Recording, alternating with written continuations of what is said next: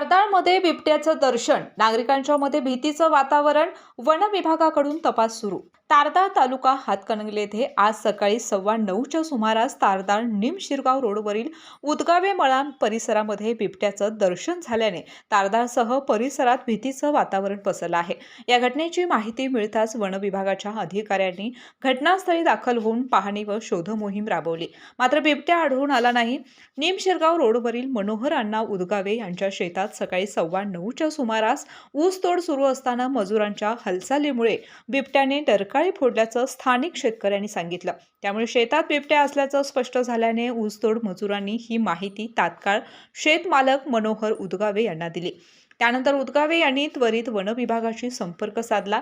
माहिती मिळताच वन विभागाचे पथक घटनास्थळी दाखल होऊन परिसराची पाहणी केली। घटनेनंतर परिसरामधील नागरिकांनी सतर्कता बाळगण्यास सुरुवात केली असून शेतकरी व ऊसतोड मजुरांमध्येही भीतीचं वातावरण आहे। परिसरात बिबट्याचा वावर असल्याची शक्यता लक्षात घेता वन विभागाने तातडीने योग्य ती उपाययोजना करून सापळा रचावा व आवश्यक बंदोबस्त करावा, अशी मागणी स्थानिक नागरिक, शेतकरी व ऊसतोड मजुरांकडून करण्यात येत आहे। दरम्यान नागरिकांनी अनावश्यक हालचाली टाळाव्यात व कोणतीही संशयास्पद हालचाल आढळल्यास तात्काळ वन विभागाशी संपर्क साधावा, असे आवाहन करण्यात आले आहे। केके न्यूजसाठी हातकणंगले प्रतिनिधी सचिन लोंढे।